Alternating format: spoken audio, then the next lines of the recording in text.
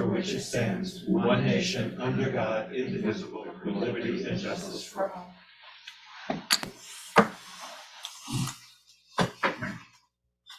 And that number, forgive me, this is a budget question.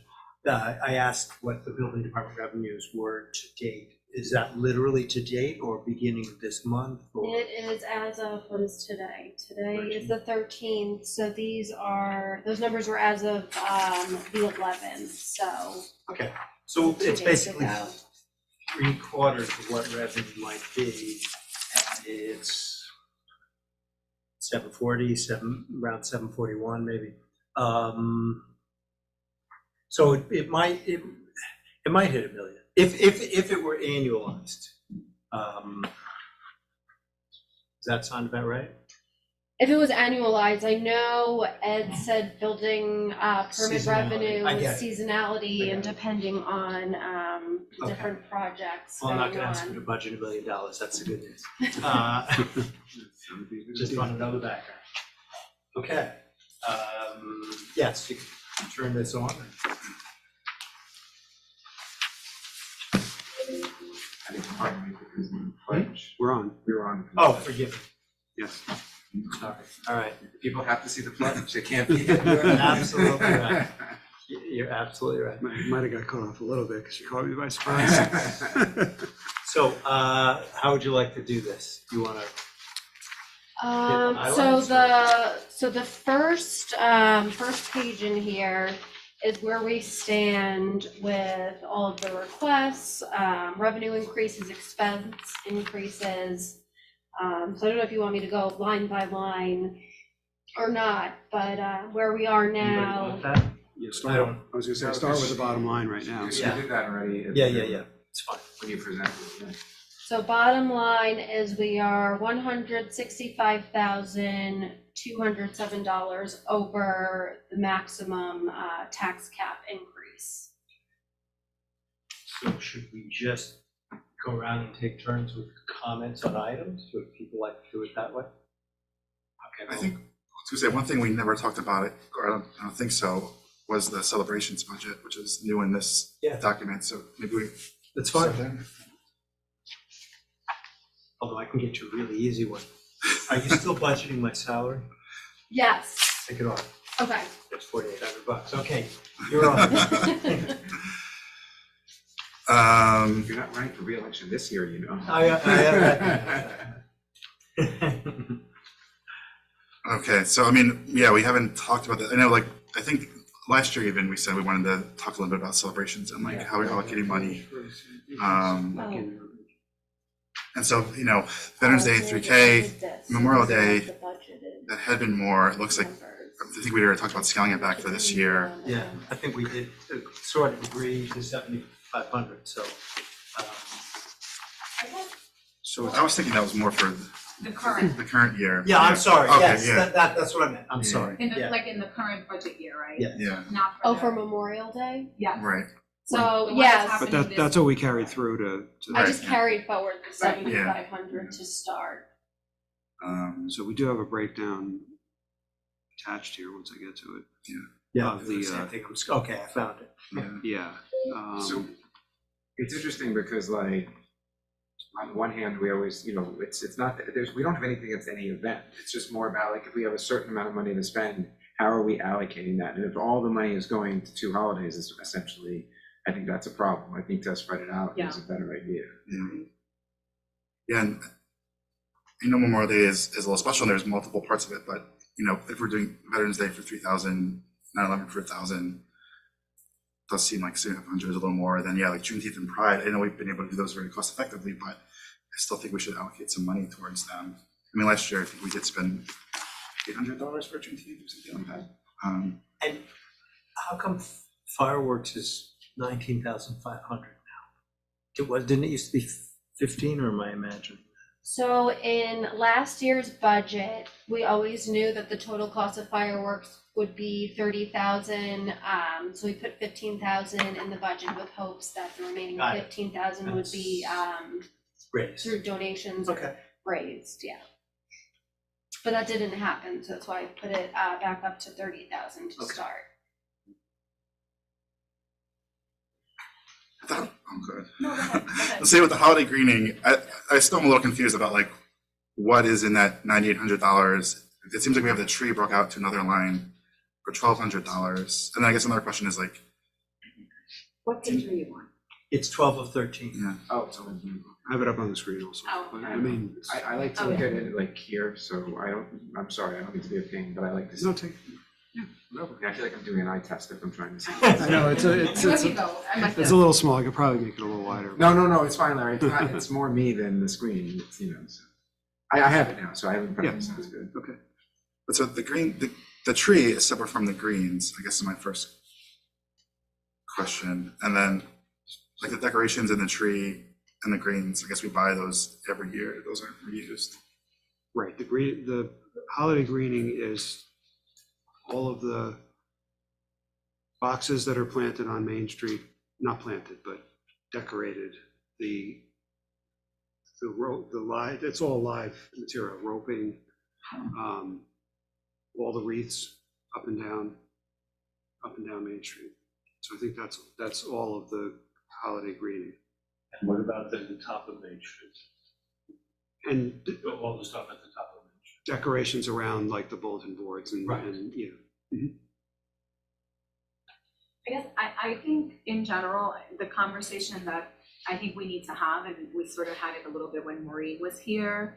I think also some of that speaks to just like kind of the kind of celebration it is. It's all very like Christian, I think, and I think maybe part of that too is like having I know some of the green goes by like Mathis and Park, which I think around the gates and things, but I think maybe there could be some rethinking of that, and like even and from a cost perspective from year to year, maybe like some reusable decorations, so like snowflakes that, you know, are lit that can be used from year to year that are reusable instead of buying greenery that like you have to buy every single year. Snowman Yeah, snowmen, so exactly. and so- snow women. sorry. And snow women, thank you.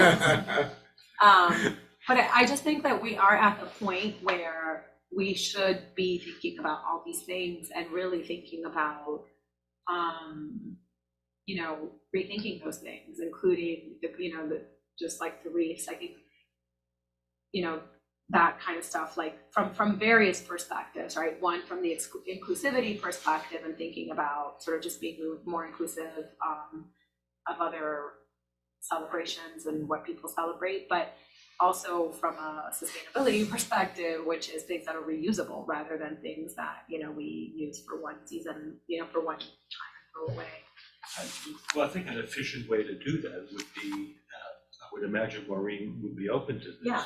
Is to have her meet with the sustainability people and our diversity committee and come up. And I think, you know, as long as that's done early enough, you know, at our direction, just to have them meet, I don't think that we need to oversee exactly. No. Although, do you want to give it like a suggested number if you're, Well, that's the next question. Next question is, what, if anything, are we gonna do with these budget numbers? Yeah. And are we gonna move them or cut them or whatever?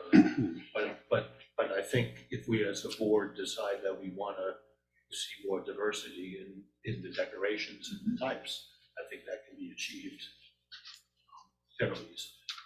Yeah, no, yeah, I think you're right, that we can leave it up to Maureen to manage, but yeah, thinking about the budget, I guess 4th of July is a little bit of an outlier, but yeah, we're spending $30,000 on like a couple holidays and like 20,000 of it on, you know, the holiday, you know, greening / tree lighting. It feels like a lot. I guess I have a question too, just like Memorial Day that I'm looking at now, but I have a lot of questions about yeah, I that. mean, we have staff, so we have staffing costs 2,500, but then we have 2 park staff, 7 hours, 1 part-time worker. So I'm a little bit confused about that budget, just the cost of staffing there. And then the other thing I kind of would love to not see so much of is the whole like collared shirts for committee and special guests, long sleeve t-shirts for volunteers. Like I think, Can I talk to that a minute? When you, None of that's happening this year, oh, so. it's not, okay, it's No, just there. This, for this volunteers. reflects Okay. what was done That's from what last year. Okay. because I think the bigger problem is the collared shirts, I 100% agree with you, but I think it goes to the bigger theme, and I want to be really careful how I say this so my words are not misconstrued. My father served in World War II. And he did it in such a way that his whole generation did it, that he never talked about it. I know so little about it. I learned a lot about it after he had died, and I needed to get his military discharge because the wife can get benefits when my mom went into assisted living. And that's the first time I saw where he served, what his job was, and all that other stuff. He never talked about it. I am 1,000% in favor of celebrating Memorial Day and making sure that we recognize sacrifices that people made so that we can live free. I cannot say that enough. And I also think that it should be Irvington focused. We have people in this village, I've met them at the Memorial Day thing, who are from Irvington, who served in the military and everything like that. What I've never understood is how it makes financial sense when we're cutting the budget not every year, but a lot of years to get down to the tax cap, when we're spending hundreds of dollars to bring in people from who are not Irvington people, who just happen to be serving now, who happen to be in town for Fleet Week, to bring them up to Irvington and to feed them and to get them collared shirts and things like that. To me, that takes away from the Irvington-ness of the celebration. And I think that we should celebrate Memorial Day as a celebration of what Irvington has done, and we'll remember what Irvington's sacrifices have been for Memorial Day, not as like this rather a grander gesture. Do you know what I mean? And I think the more respectful thing is to really keep it focused. So I feel uncomfortable with the college trips and stuff, but the bigger idea of bringing people up here. Sorry. That was pretty much it, because I think that's a lot of the budget goes to stuff like that, you know, None of that's in there again. for next year. For this upcoming year and for the $7,500 that, we are bringing people from Fleet Week, but there's no shirts in any of it. I was saying not all the money that goes into bringing people up from Fleet Week. If I'm Yeah. we're talking about the budget we're working on now, the 24-25 budget. Yes, Yeah, I'm looking at this and document. 23-24, because you cut that's 7,500. So I guess these numbers that we're looking at. These numbers are last not year's our numbers. last year's numbers, Okay, right? so most of the things have already been cut. Or some of them. Yes, there are, we did put in for officers from, military personnel from Fleet Week, but the only costs associated with that are the transportation and I think maybe $100 or $150 worth of a reception when they If we're get here. feeding them, maybe we should feed. And Oh, we then better not. there's a gift, and there's a gift that can't exceed $50, right, which I know, per person. So that's another couple $100, depending on how many were assigned. But that was all, we got it all to fit within the 7,500, For 2020, 23, 24. Right. This current year budget right, upcoming. so we're talking about now for 24-25. Right, which we had planned to carry forward, but if you want it done differently than what I just described. Right, and that's what I'm saying is. And change the budget accordingly. Yeah, that's what I'm proposing, I guess, Okay. is that like, I just, with all of the, we have to take money away from something. And I thought that all of the agencies and departments that came in front of us were really responsible in the way they approach things. There was nothing I looked at when I looked over, I was like, this is obviously something to cut. There are things we can talk about, obviously, but nothing was crazy. And I think we really need to be kind of ruthless on things and decide how we're going to spend the money. So I think bringing in people from outside Irvington is not something that helps Irvington celebrate this important holiday. That's my feeling. You estimate how much of the 7,500 budget would be removed from its carrying over? Between $500 and $700 probably. The car service is 500, right? No, but we've done it differently this year. Oh, okay. Well, if it's that little, I don't want to micromanage. I think it doesn't contribute to the holiday in the way that it should be contributed to, but if it's only, $500, it's not as important to me. Yeah, I don't understand what else is in the 7,500 then, if that's only a small amount. Is it the staffing costs? Probably, yeah, it's probably, you got police, you got DPW, right? If that many people are coming into the center of Main Street, we have to have people, I guess, but that's the main cost, right? Is that the idea? Yeah, that makes sense. I don't have the details in front of me, I'm sorry. It's in an email, which I don't know if I'll find. But these numbers give us an idea. We have 2,500 in staffing costs, right? And But it's all been adjusted. Yeah. These numbers are not going to be carried forward to this year. Yeah. We're just, Well, even if you use it as a We're rough scaling percentage, it was 35% if you added labor from previously. And it may change slightly, but that's roughly what it is. So call it, of the 7,500, maybe it's 2,800. And we're not having a parade this year, correct? We're A parade on Broadway. Correct. It's a procession down from Main Street down the Aqueduct to Memorial Park. Since no one attended the parade anyway, so I think that's the general consensus. Because I marched in it 2 years ago, and I saw like, I think a total of either 2 or 3 people on the parade route, which made me feel kind of silly being in the roadway and just walking the parade.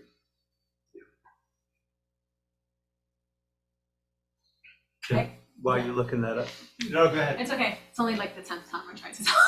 It's not, it's my own fault because I keep stop talking, but I guess this event is different. I think we've talked about this, like, I feel like we're beating that horse, but it's different because you need, because you have the speakers and things in both locations. And Yes. maybe this event, I think, needs to just be reconceived, right? Because it costs a lot more money than Veterans Day. Yeah. Right, okay. Yeah, I think that's really what we're getting at. And I don't think we know how to do that, you know, No, whoever's. just, you know, if you want it to be on the same scale as Veterans Day, then say that, and we'll change the budget. Is the reason, I'm trying to understand the reasoning behind doing it in both locations is because we have in Memorial Park the plaques for people who were killed, and we also have the memorial here. There's other, there's memorials in 2 different locations. Right, and that's the purpose for it, right? Would it change the cost if you had the main speakers on Main Street and then just, That's where they are. but trying to figure out, There's if- speakers in both places. There's not much done out in No, what I was Memorial gonna- Park. what I was gonna suggest. Right, because of the national anthem, you know, that part of the ceremony, right? But all I was gonna suggest is, you know, I can speak or somebody local can speak in Memorial Park. Does that change the calculation at all? That's about all the ceremony is. Oh, all right. That's what happens. So I think, yeah, that's what happens, just like local. It's more the sound system, it's the system Yeah, that has to be over. It makes the Speak loud. the $400 setup on Main Street, $800 for setting up in 2 locations, like that's about I the got it. order of magnitude. It's for the sound system mostly, right? That's the main cost. Yeah. So we estimated gifts for the military personnel, again, we don't know how many are being assigned to us, $300. Reception for military personnel is $200. Transportation of the personnel, we put down $500, so that's a little more than I said, so it's $1,100. Refreshments at Memorial Park, $300. Audio engineer, $800. We have a cleanup of the memorial areas prior to the ceremony, so kind of landscaping type cost, $300. Printing, $275, which are just posters and mailing to the veterans.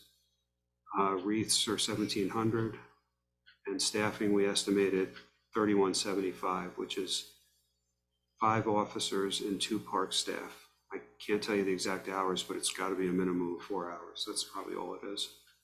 A total of 7,500. And the number of officers is the same even without a parade, or there were more officers when there was a parade? Yeah, that really didn't help cut much down because they still have to block off Main Street for the ceremony, and the blocking off of Broadway it didn't bring in extra personnel to do that. It's a holiday. It's not that big of a deal to block off, you know, one portion of Broadway. We just changed it because it's getting a little long in the tooth. What about, okay, now we're planning it, but what about having a small ceremony on Main Street, right? So that you're not blocking Main Street, and then having the main ceremony in the park. That way you're not blocking. I guess it's not, anyways, I feel like now. No, that makes a lot of sense. I mean, it just, I don't know. it seems to me, I guess maybe what we're saying collectively, I hear, in a collective voice, is that $7,500 for one event is a lot. And we're struggling with that. Well, then it's probably worth letting rec take a look at it. Mhm. And we were asking them to meet with some of the other departments just to rethink that. Just, you know, I know we're asking you in the next week, but I would give them the opportunity to see how they might reconfigure it rather than us trying to tell them. Right, yeah. I You agree should with do that. this or that. And frankly, the real question we have to answer is, are we asking them to downscale the more expensive ones so that we save money, or just, here's what you're spending on celebrations, we want you to save X, and then let them figure out how to do it? I think last year there was a lot of feeling on the board before you got here of that, the way the money was being spent for celebrations may not really reflect the values of the village. Okay. So then there is a little more of, it's not just take X off the top, it's tweaks or elements of it. I think so. I mean, I think. I would I let think, Arlene I speak to mean, that. I think so, right? Because I think just even in general, I think there was a lot of sentiment even about the decorations. There was a lot of talk among people, right, in the village about what our village looks like for the holiday season. And I just think we have to be mindful of that. And I think we, again, one of our important priorities and values is, you know, to be a welcoming and inclusive community, and that has to be reflected in what we celebrate, right, and what we look like as a village and what we do. So I think that is, you know, definitely an area that has to be looked at and you know, I feel very strongly that, you know, I think the DEI committee can help and have conversations, but I do think that events are not for the DEI committee to do, right? Like, I think this has to be reflected in what the library does, what the theater does, and what Parks and Recs does. It has to be like become part of a policy and what they, just the same way as sustainability, right? It has to become part of what every department does. Well, I only mentioned that because I know. you guys had mentioned it. Yeah, so yeah, was no, just- I think it's good. I think that's how, right, you use those committees for like policy reasons. Same thing with like a sustainability, right? Like, if you want to implement policy changes and you want your departments to be reflective of the priority, you know, you wanted them to know where your policies are and then to implement them, so. So then, just taking it from 20,000 feet, you're really saying, can you bring down Memorial Day by restructuring? Can you bring it down some more? I think yes, and then also bring up Juneteenth, bring up Pride, and bring down the holiday greening / tree lighting. The one thing I agree with everything you're saying, but the one thing that I'm concerned about is that the rec department runs this Memorial Day thing, right? There's nobody to run like that, to run Pride, right? The reason why Pride is so inexpensive now is because it's us. It's like a grassroots kind of, hey, let's get together. And the only reason we have any expense at all is because we pay a musician to come and play. So I agree with that, but like, if you gave me more money now for Pride, I wouldn't spend it. I don't know, you know, 'cause I Yeah. don't have anyone to No, I mean, spend it could be $50, but Yeah. Well, I mean, I can talk about Juneteenth, right? Juneteenth has cost different amounts. This is gonna be the 5th year, probably will be bigger, but, you know, again, I'm already writing a grant for Arts in Westchester, right? So, and other people are working on grants and things. I don't think that, and the village has never contributed until last year. So I do think that there are other, you know, there's two ways about events. Like, you have the grassroots kind of bulldog gallery, like grit and, you know, people doing all the work from the ground up. And then there's the other kinds of events that we have where everything is put on Parks and Rec, right? So that's also a balance, because I think, you know, we have to kind of balance that out, because the other piece for Parks and Recs is the events where they're doing everything, you know, because that costs more in labor, costs more in their time throughout the year. So, you know, there are other, I think, issues there too when we talk about Well, events. To Larry's point about Juneteenth and Pride, let's assume you need maybe police or maybe DPW, you know, if you really made it big enough. So even if it was $500 for each that you put in there, just in case you use it, I wouldn't feel too badly about that. That doesn't change what we talked about with regard to Memorial Day. I assume that you would not have a strong objection to some, you know, small amount. And if you do, that's okay. I mean, I mean, if you can do it free, you can do it free. well, 200, yes, Okay. yeah, no, Okay. but I think my point goes to my bigger point, which is Parks and Rec runs Memorial Day, Mhm. right? Nobody runs Pride. And that's why And I'm not complaining about that. Yeah. It's just what it is. If the village wants to make the decision that one of the agencies should run Pride, then sure, it should get a bigger budget. No, I'm not suggesting. But that, yeah, but that's, so if it's just gonna be something where it's gonna be like a grassroots thing, then we don't need a lot of money for that. I mean, trust me, it'd be awesome if we had like thousands of dollars, and we had workers there, we had a giant stage and, you know, I mean, and all these decorations and stuff, but it's just not what it's been. It's been just kind of a low key, kind of people talking about their experiences kind of thing. So, you know. And we're, you know, generally looking towards next year's budget, I think it's a reasonable request to look at Memorial Day, Juneteenth, and Pride together to take out Fleet Week people, you know, you keep Memorial Day as a local thing. I mean, someone's gonna have to find a local speaker, which we always had in the past. I mean, I don't really remember, and I've missed the last couple. We don't pay for speakers, no. Yeah, it's more than just. But I mean, save the costs of transportation, save the cost. Right, that's for Fleet Week, yeah. Right, those costs. Right. And keep it local. And then spread that difference, you know, maybe that'll save us $500 or whatever. No, it's a little more than that. And then spread some of that difference into Juneteenth and Pride, whether in the beginning it's simply covering the costs of a DIY group. At least we know that there's funding there for it, and it's coming out of some of that Memorial Day budget. I'm not sure that I'd say the same as far as greening of the village. I mean, that's done by a volunteer group mostly. The only labor cost, I think, is people standing up on things to put. The cherry pickers, is that? Yeah, cherry picker, and that's labor costs. Yeah. But everything else that's budgeted and is done by a volunteer group as opposed to. Yeah, I thought that was reasonable. I just thought, I agree with Arlene's point about what goes up, but I wasn't Right. changing the budget on that. Right, exactly. I mean, I think we could talk about Yeah.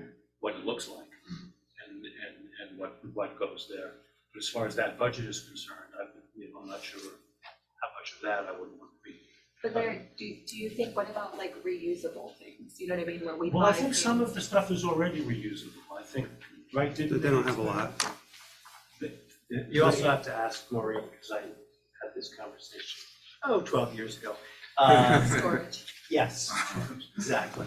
Right, she mentioned that actually, I think was it at the budget plan? At some point, she mentioned the storage issue. Right, and I know at some point there was, an idea of bringing reusable stuff in a portion at a time to change things over time. And I think there was some consensus view that wasn't really advisable or affordable.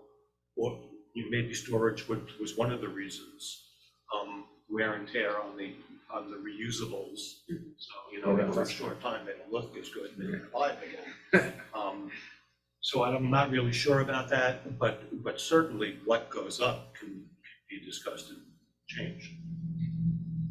But what I'm trying to do here is to get a way to reduce Memorial Day below 7,500 and then incorporate some of that savings, at least to start, so we know we've got funding for Juneteenth and for Pride.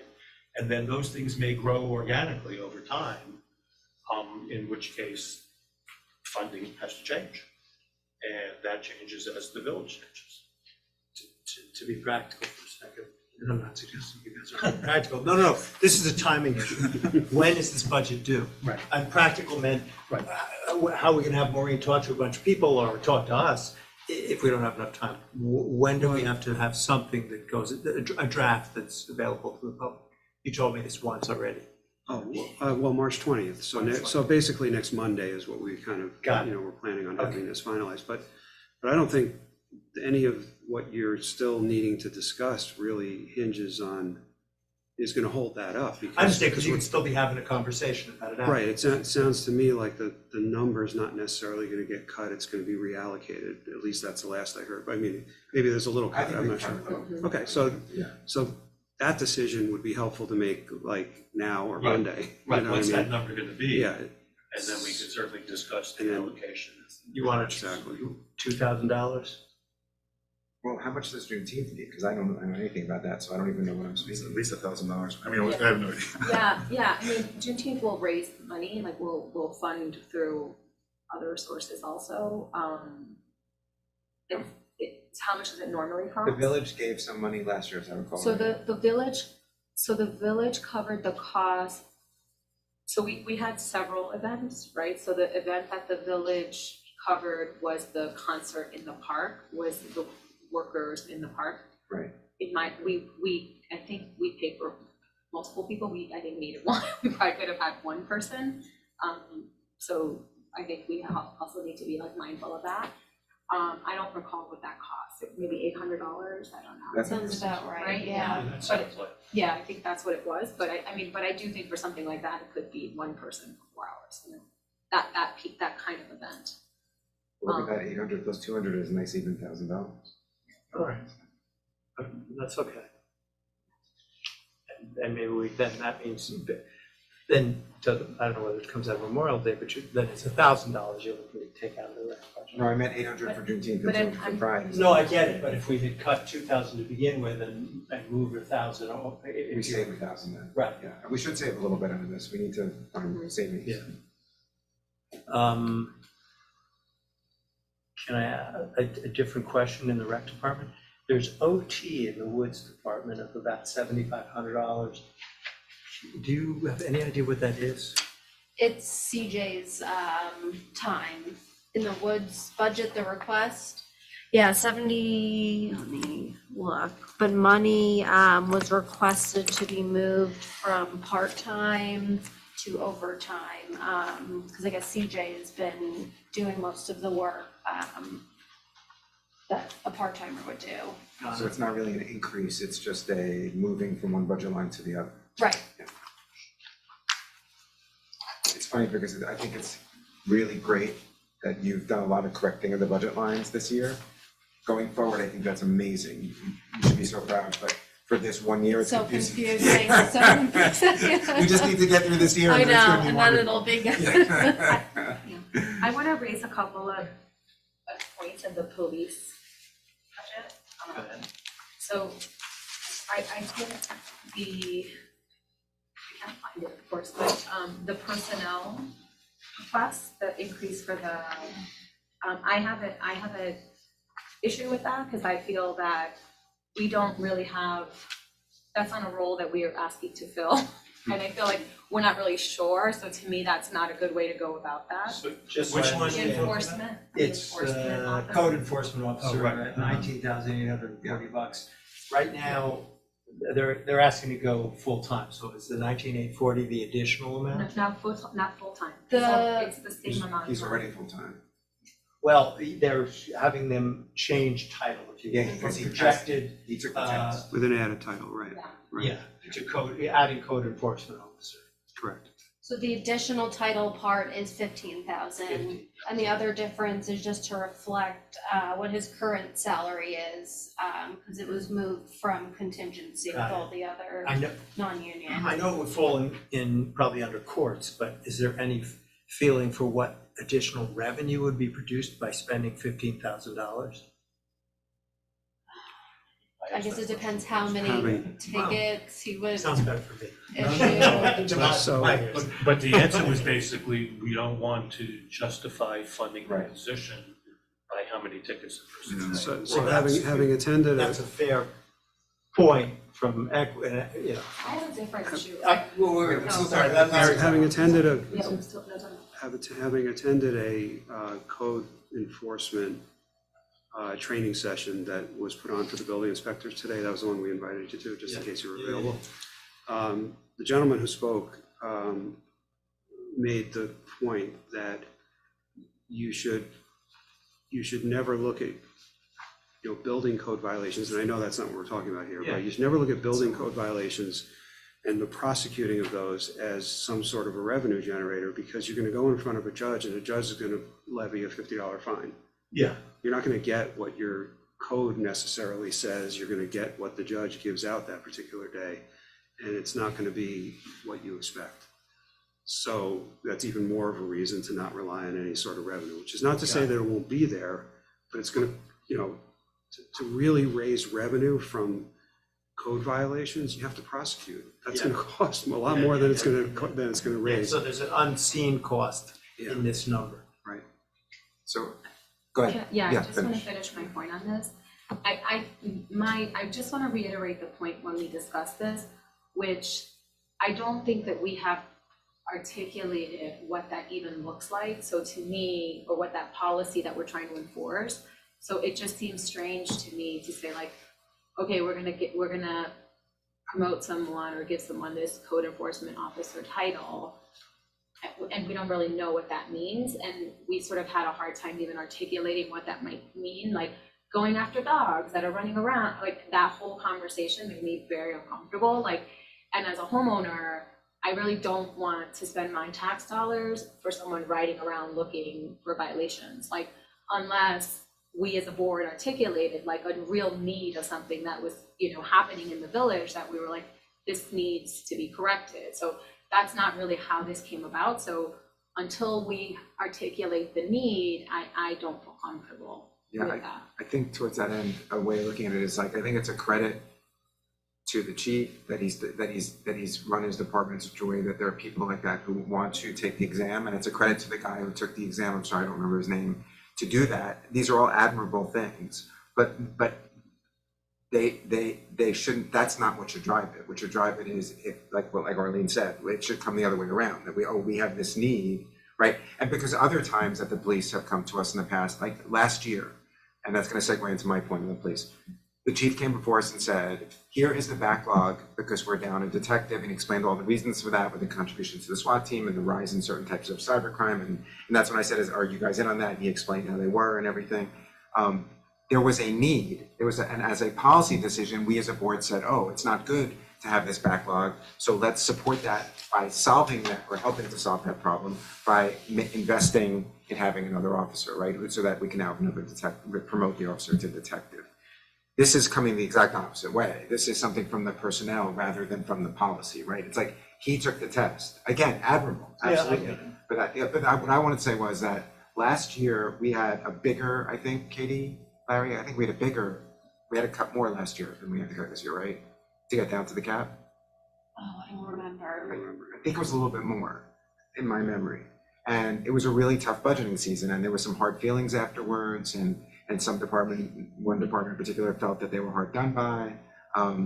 And the one department that got a lot of extra things last year was the police, right? And again, nobody is asking for stuff that isn't, every request that we got this year was responsible. We're not talking about saying that anybody's request was not responsible, but I think we gave the police pretty much everything they wanted last year. We moved some things up in the year. We moved the officer halfway into the year, so it'd only be halfway in last year's budget and then start in this year's budget. But we pretty much gave them everything that they asked for. And I think now that we have another year, we have to do cuts. I think it's the police's turn to maybe not get everything they want. So I thought that some of the voluntary things like the tasers and stuff might be a good place to go. And then next year, it'll be some other department's turn, to bear the brunt, and then, the police can request it back. So is the suggestion, and some people haven't spoken of this at all, but it's don't do don't add the code enforcement aspect, and don't do the tasers, push that off at least for another year to replace, because the chief did indicate that was certainly possible. And what about the dash cams? Well, that's something we promised them last year, as I recall. Okay. The tough thing there is that it came out of the resident police Right. review. It's like something residents want, so, but I mean, we could put it off another year. I think the only thing with the tasers, it would just be nice to make sure from the chief that there's not like a safety issue. Like at He least said for, they could- Well, he did, he Okay, said that okay. they could defer it a year. okay. Katie, can you just, when I look at, and maybe I'm just misreading, when I look at, I think it's 3320 parking line, PEO dual title of PEO and code enforcement officer, I see 19,840. Is that The not? difference is to reflect what he's making now, because when we do the So budget, 15 is the difference? 15 is what, if we don't give the dual title request, we would be saving 15. Okay, So it's, and the tasers were 4,900. Yes. I didn't, like I said, I want to make it clear, it's not like any of these things are irresponsible requests. Yeah. Just the departments are gonna have to take turns. Next year is another year that we have to find cuts, somebody else is gonna have to step up. Katie, I think I asked this once earlier in the budget process, but what is your interest rate assumption at this point? So we have a CD, which is locked in at 5%. So then the assumption for when the CD expires or the money gets released was 2.5. So I mean, we could, there is potential to increase that. So, under those circumstances, and the rest of your money goes to, I've forgotten what the acronym, but it's. Currently, it's in night class. My class. Yeah. So, by deferring certain expenses, do we get an interest benefit? In other words, keeping cash. If I said to the chief, and I'm not suggesting this, but I'm just using it as an example, that don't spend $14,000 on the dash cams until January. Does that give us a little extra revenue? Yeah, it could. Yeah, but I mean, it's not much. it's not very measurable. No, and I also understand that was a small example. I'd have to have Right. something a lot more sizable for it to make a real difference. You can see the CPAs do not like that. Well, no, but I mean, look, Yeah. right now, the shortest of short-term investments, our daily cash, which is the NICLAS product, is probably Over hovering 5. over Yeah. 5%. Yeah. Well, the But the oddity yield in the curve is market is inverted that the right now. short-term instruments are getting better rate than the long-term Right. ones. so- Presumably, the yield curve's not gonna stay inverted Yeah, forever. So short-term investments will go back to being actually less than longer-term investments. So yeah, okay. I think we hit the sweet spot with the 1-year CD, which is about, that put us into next fiscal year, so we're able to book all that interest next year. Okay. I can live with the 2.5% assumption, even though I hope it'll prove to be low. Mhm. But partly because that probably gives us additional revenues that accrue, I guess, the fund balance at that point in time. Right. I think with the dash cams, that's like a yearly cost, right? It's not a one-time thing. It's like an ongoing contract. Yeah, it's a yearly cost, Yeah, but. but was it the full 14,200? I thought it was a little less. It's 14,200 for the first year. I think he said it's that for the next 3 years It's or either 3 or 5, it might be Yeah. 5. Right, because it's all the contract of running it and all the other stuff, because I guess we don't buy the equipment, Yeah, the Axon's moved to almost entirely subscription-based, which is infuriating, but it's. Good for their business. an annual rate, they give you everything, when the contract's up, they take everything away, right? Yeah, well, they get retired essentially and you enter into the next contract. Right. I think Frank answered this question, but I don't remember the answer, and I'm not sure if you remember on the new computer line that was skipped in prior year's budget for 8,000. Was that 4 that were skipped last year, or was it 2 and 2 and we didn't? The do whole any? 4 were So all 4, so skipped there was last 0 year. last year. 0, yeah.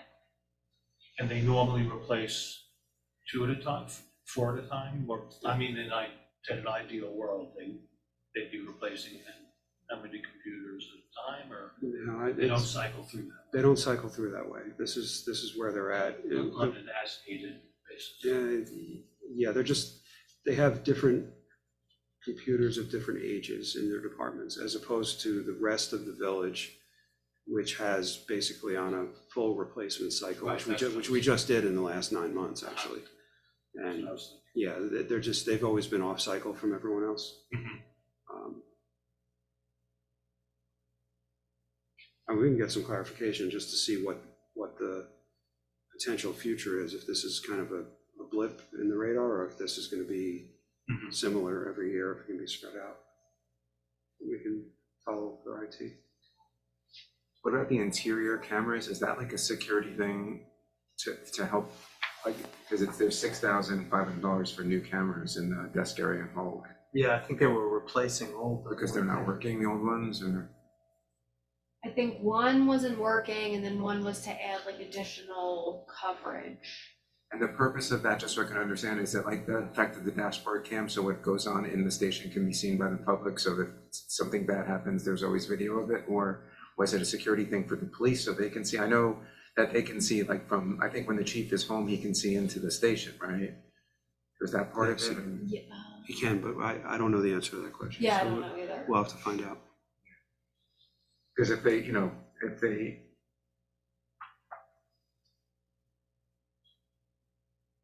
because it says a camera, IVD desk area and a hallway camera replacement. So I guess the hallway camera is there, it needs to be replaced, and the desk area would be a new camera. But we'll find out what the purpose is. I know this is a question that should be answered. Going back to the main line on expenses, we've got $285,000 in contingency. Yes, that Okay, what does is, that represent? that's non-union salary increases, the police contract increases. So my next question was, we have $172,000 in IPD expenses, which includes $94,000 that says is budgeted for a contingency due to negotiations. Yes. So was that a double line? That No, 94,000? so they're separate. So this 94,596 is the impact of having the additional officer in next year's budget for a whole year plus step increases. So that was budgeted for in last year's contingency. No, we budgeted out, we You put budgeted it out on in the the main line, budget but it for would've half of the half. position last year.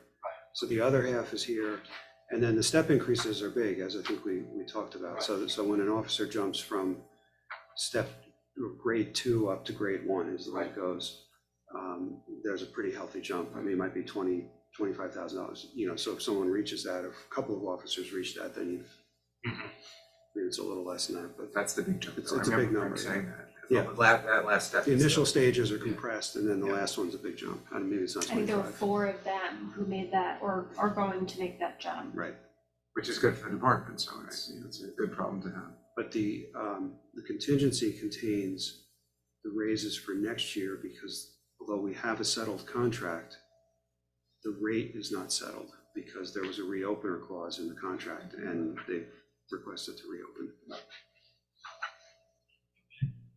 Thought maybe I found 94,000. That would have been. Exactly. It would have been Larry Long. That's right. I've got a proclamation ready.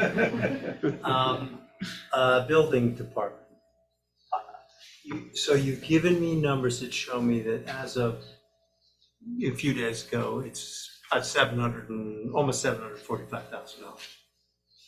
And I got, let's say about 25 to 30% of the year left. And I doubt I'm gonna make nothing. And what are you telling me the total revenues are gonna be for the year? the For the building current department? year? No, for next year. Oh, for next year, they're budgeting 500,000. So that sounds like an awful big drop, considering you got Toll Brothers gearing up and you got potentially something going on in Carafiello. No, I don't wanna, I would have said, something that's like, and not much of an increase off of where we are right now, but like maybe 763. So So my comment would only be, and I'm looking at Larry because I know they always budget this very conservatively. I know that, but I think And that it generally this ends is up super being where conservative. our increase in our fund and, our fund balance ends up being higher. Often, not always, but oftentimes because that number is higher fortuitously, and it can't always be predicted, and interest rates change, and Yeah. building tendencies change. So I'm not saying yes or no, but I Yeah. know that's why that number is what it is. And that number, I'm assuming, if I remember correctly, is higher than it's ever been, It's, right? yes, I it's mean, very I remember high. it was lagging at 200 and 300. Right.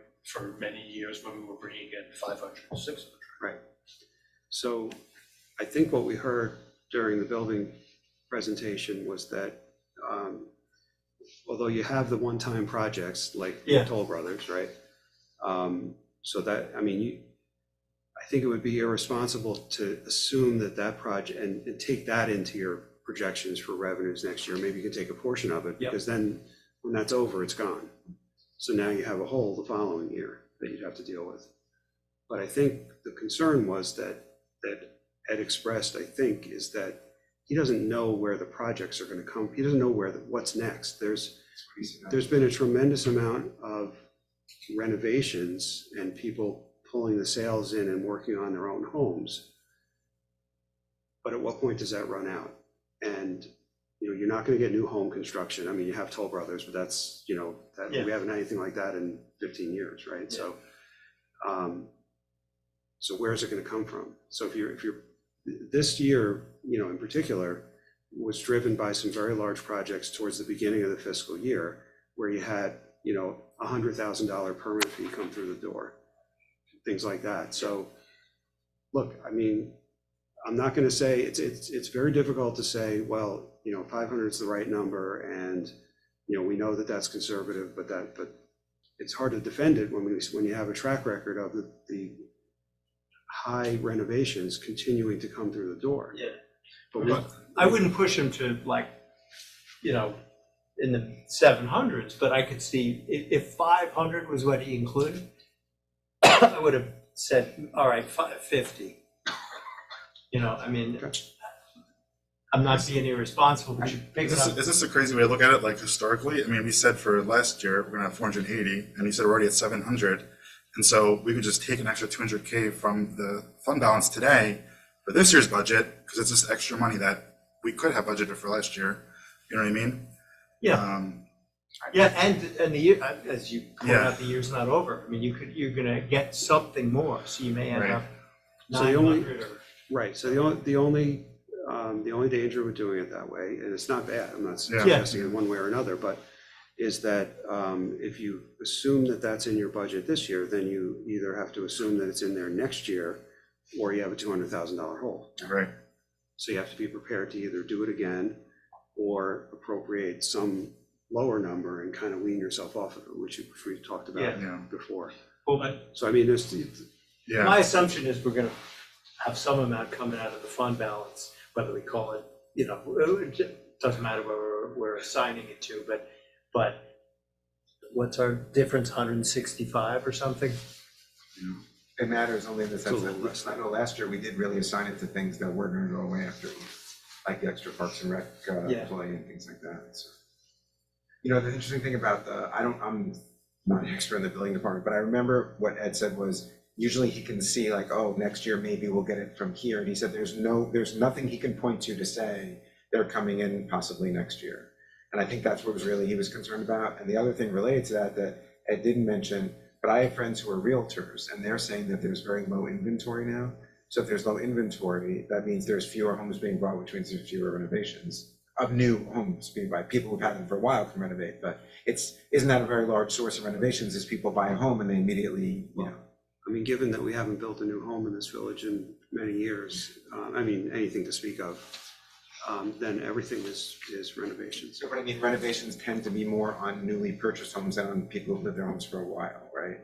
Well, not in the last couple of years, though. That, I think Yeah. part of the point was people decided, I'm not selling, So I'm gonna renovate. and I'm renovating. And they're spending more time at home, you know, all Right. that whole phenomena definitely Okay, came So it's through. not just new sales. Taking the increased value of my Yeah, home Yes, and putting it back into. that no one could afford to buy at these interest rates, and I'm gonna. No, that makes sense, but, Or you renovated your kitchen and then your husband wants to renovate it again. No one in particular. that sounds very personal. sounds like we should increase the budget just on that, right? Right, but I mean, I guess, okay, so that's good. So the fact that there's low inventory won't necessarily affect the number of renovations. We don't have to be worried about that. That's all I was saying. You know, I think you're right, this is not science, unfortunately. And to defend Ed for a moment, he can't control the revenue. It's not like he's a sales guy, can go out and No, of we can course. send him out the Yeah. door going, hey, you No, gotta he's- promote some renovations. He's just, He's estimating. he's your person in this village that has his finger on the pulse of Yeah. building activity. So that's what he, I think, tried to get across in his presentation. So that he doesn't know where that building activity is gonna come from, where in prior years, it was evidently strong and was continuing. Surprisingly, but it was continuing. And he made a big point, if I'm wrong, tell me about the big projects are what drive, and there's no big projects Right. down the other than, Well, the Toll Brothers, yeah, but that's. besides that, yeah. he sees a blank landscape. And when he says big projects, we're talking about individual homes that have permit fees of $75,000, $100,000. Big jobs, but not like a development, you know what I mean? I'm talking about. Yeah. So there will be excess revenues, for sure, there'll be excess revenues from the Toll Brothers job. They're anxious to get started, it sounds like, so. But that's a one-time thing, so, you know what I mean? That's, and then where's the next 27 home development? It's almost like fund balance. It's the same thought, that it's like, it's not gonna be replaced next year. Right. Yeah, replicated next year. So So look, I mean, if you wanted to look at, certainly increasing revenues like you're suggesting, 50,000, I imagine that's not a major issue, and it would look consistent with the numbers you're seeing. Yeah. If you also wanted to use some portion of your fund balance above what you have been historically appropriating, you just have to be prepared that in the future years, you need to redo that again. You may be able to do that without issue next year, because you're gonna probably end up with excess revenues from building from Toll Brothers, you know what I mean? So you might be able to roll it for a couple of years. if I'm tallying up what we got so far, and I hopefully I have the same list that you guys are right now. You got 4,800 from admin, 1,000 from rec, 19,900 from police. That's buildings 50, gets you to 75,700. And that means to get to your 165, you need $89,300 from fund balance. Am I doing the math right?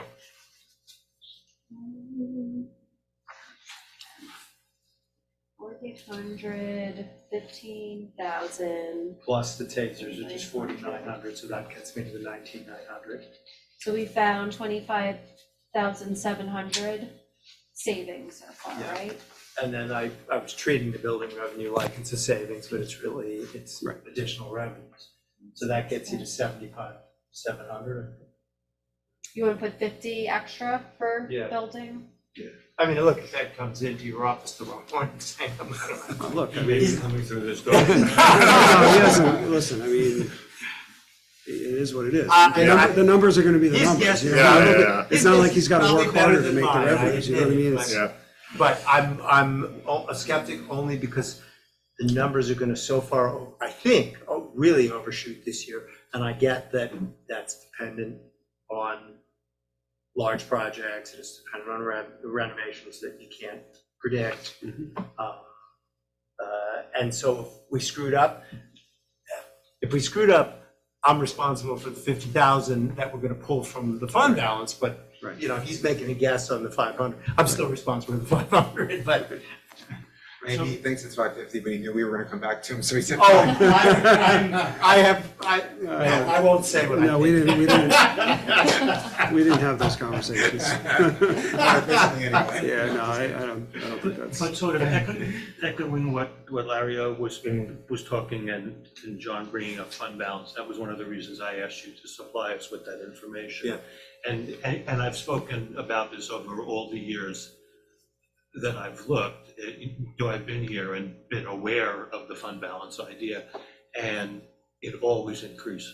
There was only 1 year where it didn't. Yeah. No matter how much we take from it, there's always, now, I know it's from it for a different, it's not an Every year it's a predictable different reason, number. yeah. One year, it's, income, your sales tax revenue that came as a one-time thing. Or a warm One winter. year, right, Yeah. right, but I mean, it's Or- always or a something, pandemic, to and be you can't perfectly predict honest. what it is. Yes.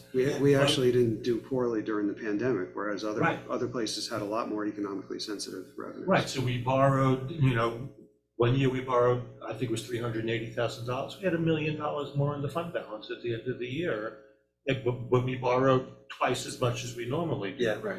I'm not saying that we should do it every year, I'm not saying that we should always do it, and I'm not saying that we should borrow what the number is now, because we haven't really finished looking through the budget. Yeah.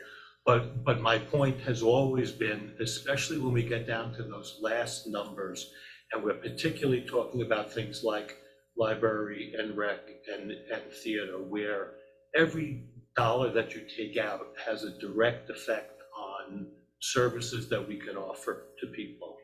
That's where, in my mind, returning unpaid taxes, which is Exactly, what the fund yeah. balance Yeah.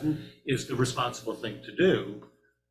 And especially since the number, we can't, as much as we spend, we can't get our fund balance down below 36%. And it's supposed to be 20, 25? 25 is as high. Well, it's supposed to be, I mean, Yeah. recommend them. So we could take $700,000 out this year and we would still be within an amount that now, one of the reasons we didn't do this last year and thought about it was we were thinking of taking a few $1 million out For of the it building. for a building. And whether that's gonna happen now or not, or when. Yeah. And I'm not Yeah. throwing in the towel and saying that it's never gonna happen. Well, eventually, whether you do it the way it was proposed or some other way where you're fixing up buildings that are there, you're gonna have to spend on infrastructure. So you can decide, do you want to borrow, or would you rather have fund balance that makes 5% right now? If it's me, I'd rather have the fund balance. I know there are some legal limitations there. And to your point, by the way, about library and certain other departments, those that are very high on labor cost and things associated with labor, whether it's medical or pension or whatever, I mean, unless you start eliminating people, which we're not doing, or we're not discussing, that's not an option. So I tend to agree with you, particularly on library, which is a good example of that. I mean, if there was anything, it'd be small that you're looking at. Yeah, I think I want to just like echo what you're saying, Larry, because I think it is really important that we think about sort of from a service perspective, like what we offer residents. And I think once you get, one of the things I hope that residents realize, if anyone's listening to this or listens to it later or thinks about this, right, that so much of the budget are fixed costs, and the labor costs and medical and benefits. And like, I think, I remember our discussion last year about the library. Like, to me, you want to treat your staff, your people who work for the village well, right? So those are not really places that we can cut, right? You're not cutting medical benefits, like you're not firing people to get to the tax cap. So then when we start talking about things like library and theater and rec, I think we have to be, one of the nice things about Irvington are all the programming, the programming that we have, that like not all the villages have the same kind of programming. And I do think that, especially for young families, it's, lovely, all the programming that the rec does. And, those things, they cost money. And the Quite, library. and the library, When you have yes. young kids, I Yeah. mean, that's your point of contact. Yeah. For the, when we Yeah. first moved here, that was Yeah. our portal, Yeah.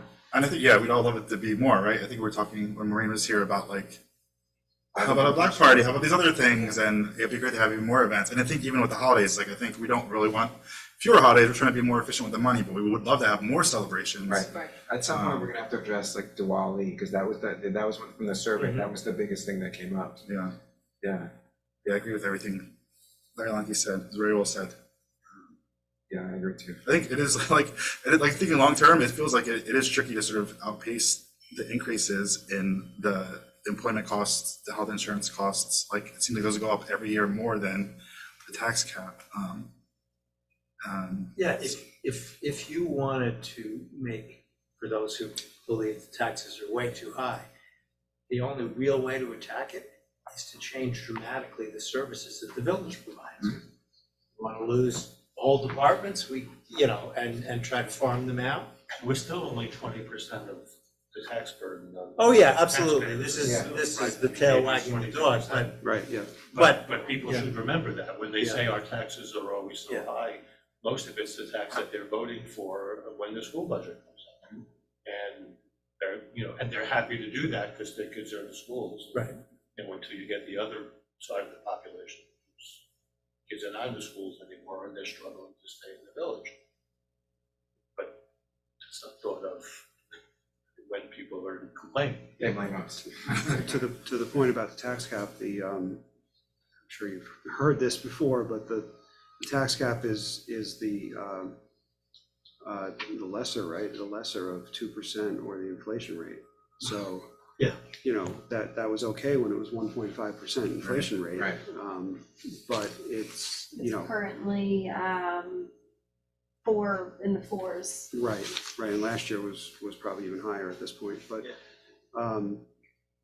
but then you have lines like retirement and health insurance that are not going up at 2%. They're going up considerably more than that.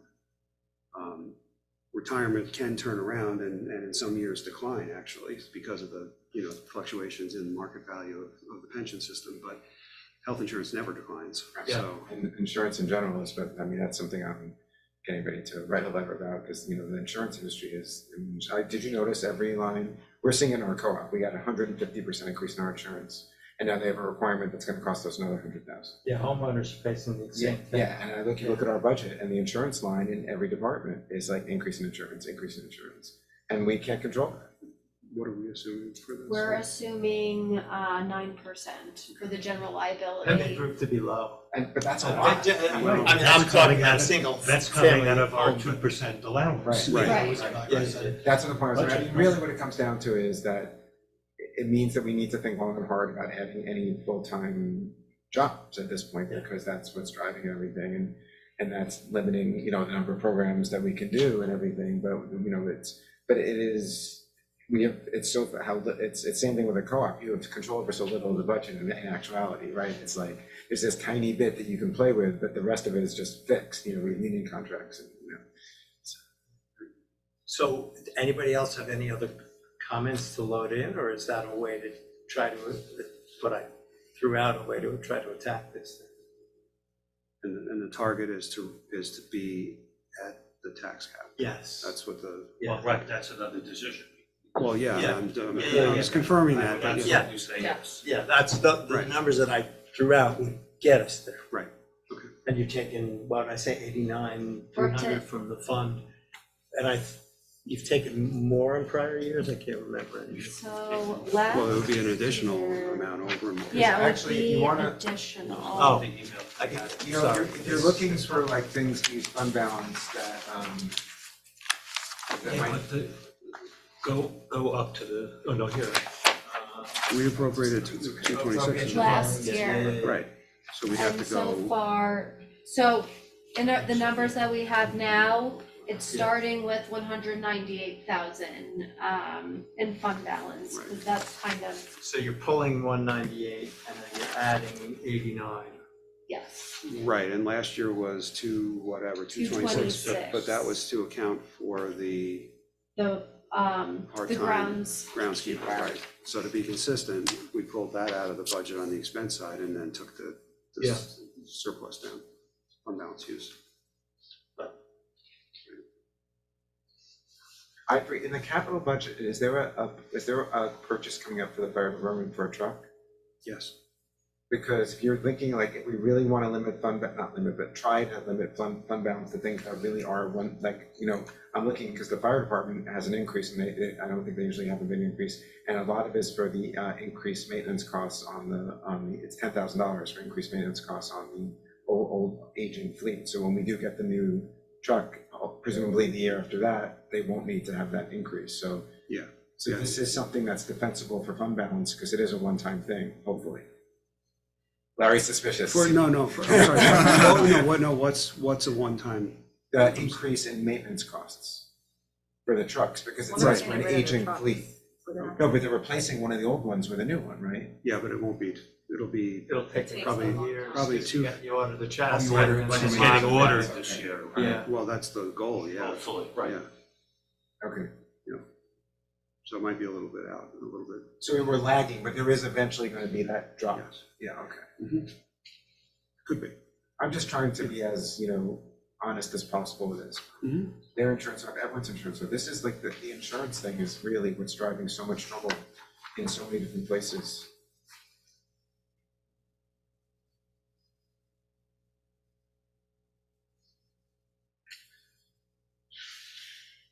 Right, so we have a couple of questions I know we Yeah. need to get back to you on, but I think we have a good direction to try to update this. I just want to reiterate this one point about celebrations. I do think that from a policy standpoint, we should sort of, with our departments, like that events, like to integrate events, which is like theater, library, parks and rec. I It's think like- we need a summit. Yeah. Well, I've been waiting. I mean, I spoke to Maureen today and she's wide open to. Yeah. See, I asked her and she said she would. Yeah. So I want to say, I've been waiting, giving her a little bit of time. I didn't want to bombard her. But I've let everyone, all three of the people know that there needs to be a meeting between Rosemary, Greg, and Maureen, just to kind of like reset for going forward. They all want it. So it's not like a bad meeting. I Right. think it's going to be a very positive meeting. They've all said yes when I've talked to them about it. Yeah, I'm talking about, that's two, but I'm talking about in addition to that, more like about programming and inclusivity, right, like Yeah. going forward. That's no. Yeah, I know what you're talking about, like getting them reset on that. Yeah, think it's because I important. think that's a great way to have more programs without necessarily having, there's savings to be had in doing it. Yeah. And make sure the programming is for a wider group of people in the village. Right, and that they're, you know, it's interesting because the library has tried to work with rec without rec knowing it. In other words, like, the rec offers a certain kind of yoga, so Rosemary allowed yoga classes that were before that, almost as like a stepping stone. Oh, do you like this yoga? Well, they've got the real more serious ones over there. It'd be better if they're doing that together, but their cost, because the yoga cost might go down if they were doing it together. Do you see what I'm saying? Yeah.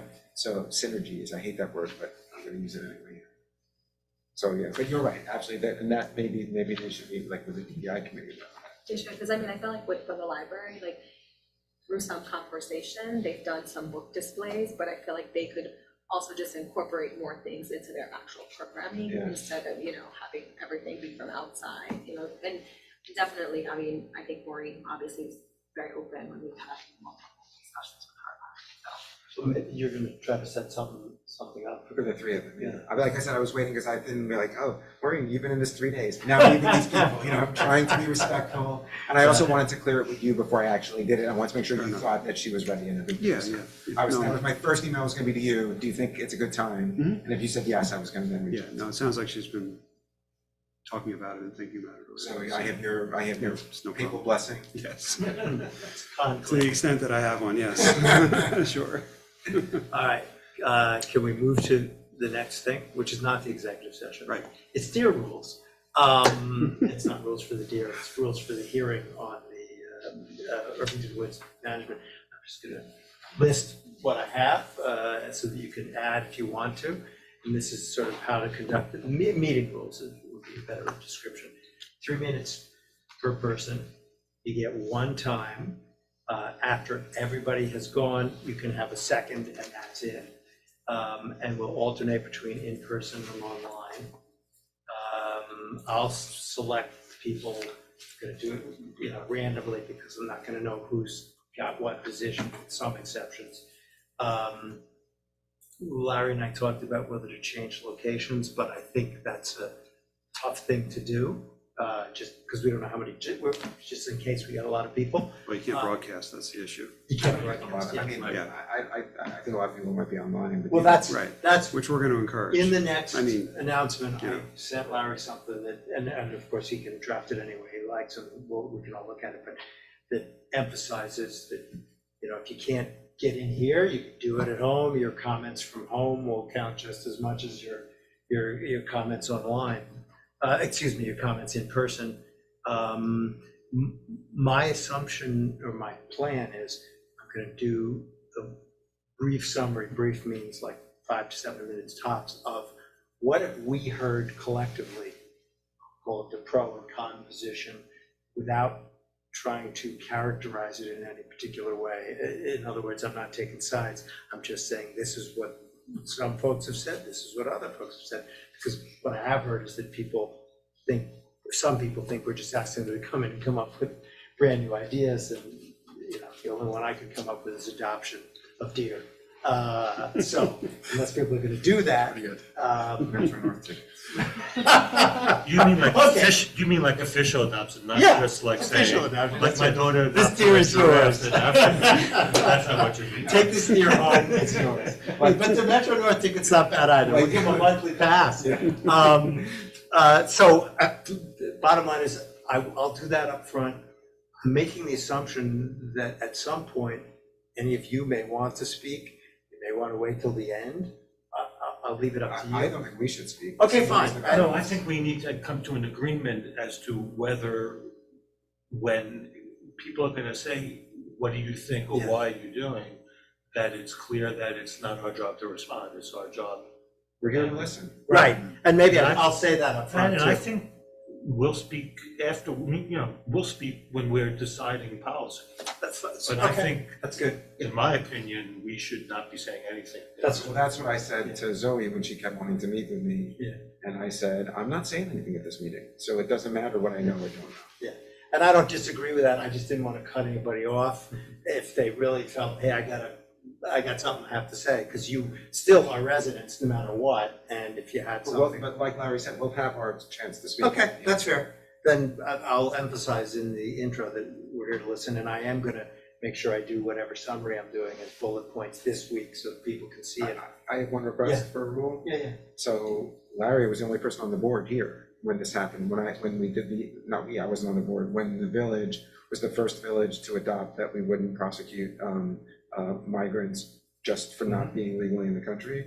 And what happened was there was one person who was heavily against it, and there were like 10 people here, and instead of the 10 people speaking, they kept saying, I give my time to her. Oh, I give yeah, my no, time to her. yeah. So she ended up speaking for like 30 minutes because everyone kept giving her time. And I was sitting in the audience saying, like, this isn't, I think, the way democracy is supposed to work. I think. So, and also that there's not conversation between attendees. Yes. Comments are directed to the Right, board. Yes. yeah, comments I directed said to that, the yeah, board. comments Okay, are- so no, Yeah. No giving time. Yeah, and I would also hope that we just encourage people to be respectful, right? I mean, and I think when people are being disrespectful, it falls on you. Yeah. But just to say, I think we really shouldn't stand for people being really disrespectful. I mean, that's fine. not. We probably think it got very disrespectful. We want to restrict or say something about, we're looking for comments from like residents only. I don't know if we're worried about I'm not outside. sure we're allowed to do that, or we even really should do that, because non-residents have access to the park, and are not. Especially think about our school district encompasses like. Yeah, I kind of agree with that, Okay. and I don't know how I'd enforce it anyway. I mean, Yeah. yes, we could say you gotta be an urban resident, I don't know that that stops somebody from getting up and go, yeah, I'm in. Yeah, no, that makes sense. But people should identify who they are and Yeah. where they live, so we Yeah. know if they're residents or That's fair. Not addresses though, right? No, no. No. Just, I live in Irvington or I live Yeah. wherever, I'm in the school district. Because it might give a little more weight to what they're. Yeah, you should have that information for yourself, so you can evaluate. Yeah. So you can discount it or not discount it, whatever. I mean, I only say that because in the school board meetings, when you say your address and some of the things, I feel like people. That's my. I live near you, I'm coming over. Yeah. People who Okay, comment a great. lot always start with their address here. I've noticed that Yeah. over the last couple of years. Because I think it's like for the school board meetings, you used to always have to say your address, and like until very recently, like a bunch of people were like, we need to stop saying it because there was some craziness on Facebook Yeah, around that. fair enough. Okay, that was my spiel for the deer, in which case I guess we could go to executive session unless anybody else has anything. So I'll make a motion to go to executive session regarding a personnel matter. Second. All in favor? Are we moving or are we staying here? You can stay here. You get the